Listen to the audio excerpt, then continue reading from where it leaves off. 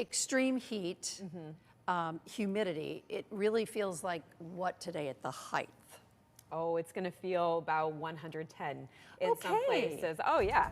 You just came back from Palm Springs where it's a dry heat. It was a dry heat, Yes. yes. So different levels of heat there. I'd gladly take the dry heat over this. I will say that. All right, so let's take a look at this extreme heat warning that's in effect for most of the state. Now, heat advisory, okay, that's way up in the Litchfield Hills. And also along the shoreline from Middlesex to New London, you see that heat advisory, but most of the state is going to be sweating it out. It'll feel between 100 to 110, so that's why you need to take care of yourselves on this day. If your air conditioning isn't working, go to one of the cooling centers, go to a library, you can go to one of the malls, find a splash pad. Even at this point, I think we could even find a sprinkler to help cool us off. Ice cream, I don't think it stands a chance on a day like this.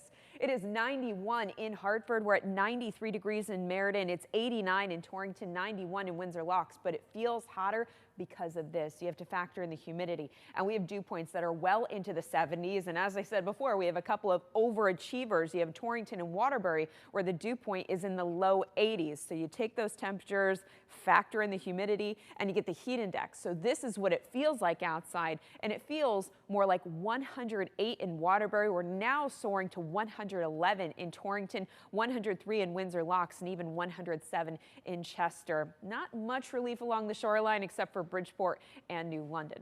So here's our satellite and radar composite. At least we do have a few puffy clouds out there. They move over that blazing hot sunshine and at least provide some temporary shade. I was on the golf course yesterday. It was sweaty out there, but as soon as that cloud moved over the sun, it was that moment of, okay, that feels a little bit better. 87 as we take a live look in Long Wharf. Now, this is going to be the heat index for tomorrow afternoon. It's not going to be any better going into tomorrow afternoon. Slight improvement on Wednesday, but not by very much.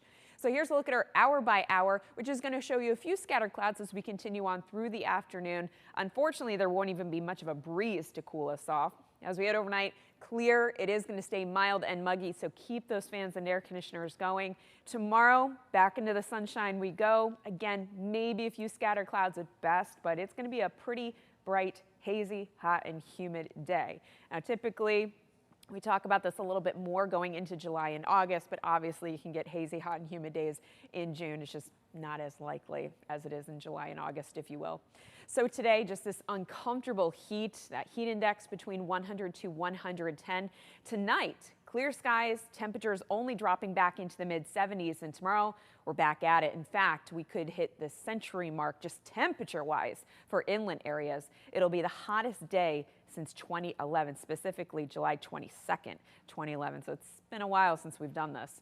Here's your 8-day shoreline forecast, where, as I said, temperatures come down ever so slightly on Wednesday, but it will continue with this heat wave.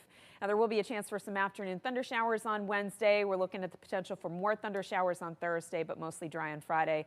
But something to look forward to those 2 days, temperatures are finally going to come back down.